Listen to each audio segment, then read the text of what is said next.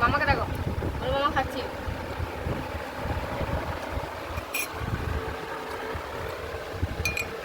খাও খাও খাও, চলো তুমি খাও।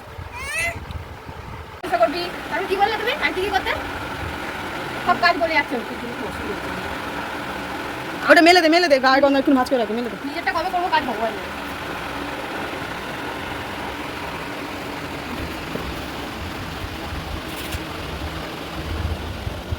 ভেবেছিলাম তোমাকে নিয়ে গিয়ে আবার কটা আমি ইয়ে কিনবো, যাবো জামা কাপড় কটা চুড়িদার এরকম কটা আবার কটা কিনে নেবো। হ্যাঁ, আমি ভর্তি হওয়ার আগে চলে যাবো, না তো হবে না, ওই পর আর হবে না। ওইটাই তো আমি তো ভাবছিলাম। এবার নিয়ে চলে আসবি। এই তোল পাকা ঢাকা না, এটা না, এটা দে, ব্যাগটা দে। এটা দেখে বিশ্বাস নেই, বাই চান্স যদি কোনো রকম ভাবে, আরে ওখানে অতগুলো চিরুনি আছে। ওই তো চিরুনি।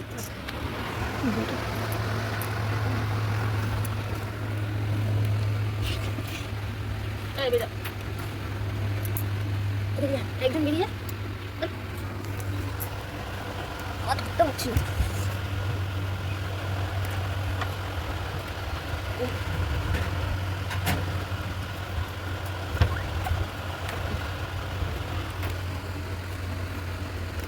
উঠ শাক নিয়ে।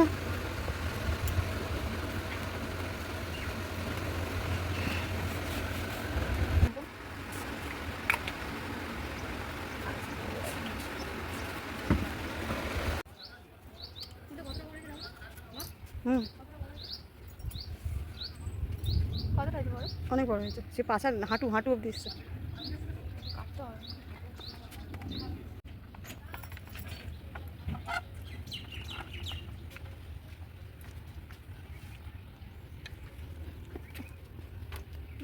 পুচু আসছে, তুমি দাঁড়াও, পুচু তো নিয়ে যাবো, দাঁড়াও, পুচু নিয়ে যাবে, এখানে আসো। এই এটা ধরে দাঁড়াও সাইডে,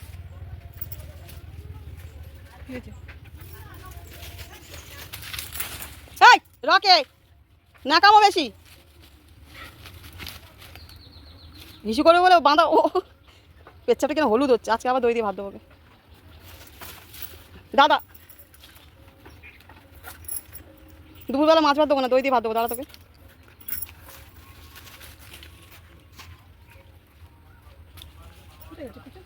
বাথরুমে গেছে না,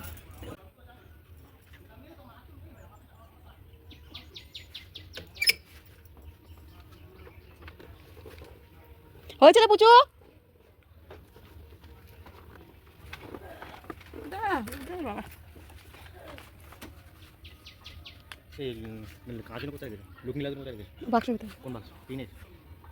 আগে টিনে হ্যাঁ, সাবধানে যা, আস্তে আস্তে দিদি আছে। বাবুর জন্য জল এনেছিস? আমি তো বললাম বাবু জল খাবি না, বাবু খেয়ে আয় করে। তুই দিদা আস্তে আস্তে হাত ধরে যা। হ্যাঁ, টিনের বাক্সটার মধ্যে দেখ। হুম, এ ধরে নে, দাঁড়ো ওই সাইডে তুই ধর, তুমি এটা ধরে যা বাইকটা।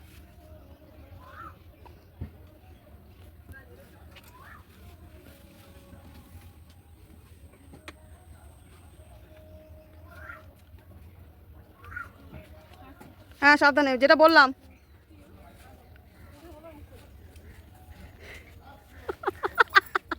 না গো মা, কি হচ্ছে বলবে, কিসের ওষুধ খাচ্ছ সেটা বলবে।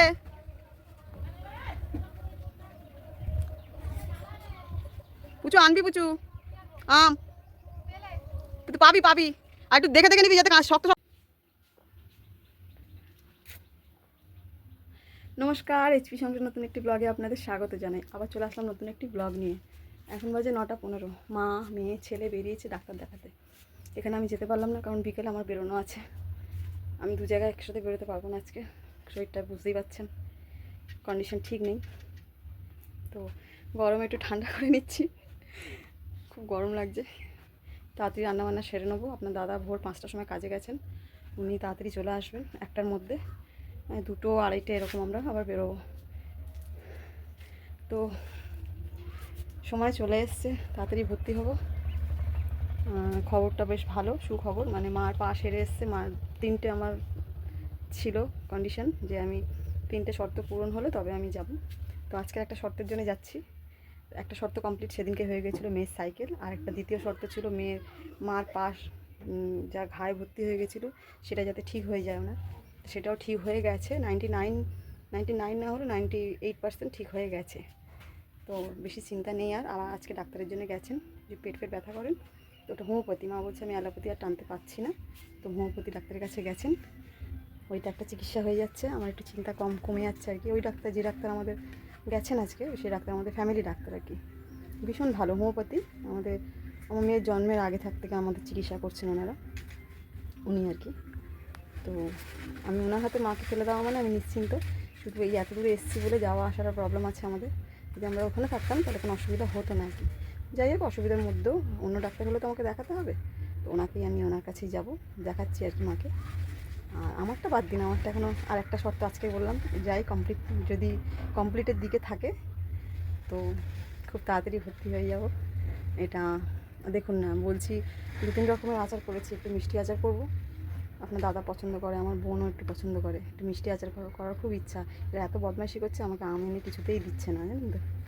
যতবার বলি একটু এনে দেখ, শেষ বেশ, কেন আমি আর পারবো না করতে। সেই বিছনা সজ্জা হয়ে যাওয়া মানে এখন মিনিমাম 3 মাস তো বিছনা সজ্জা থাকবোই, কিছু কাজকর্ম সেরকম করতে পারবো না। সেই জন্যই বলছি যে একটু এনে দে আম, কেজি 5 এনে দিলে 2 রকম মিষ্টি আচার করে দেবো। আমার একটু মানে শান্তি হবে যে আমি কিছু করে দিয়ে যেতে পারছি আর কি।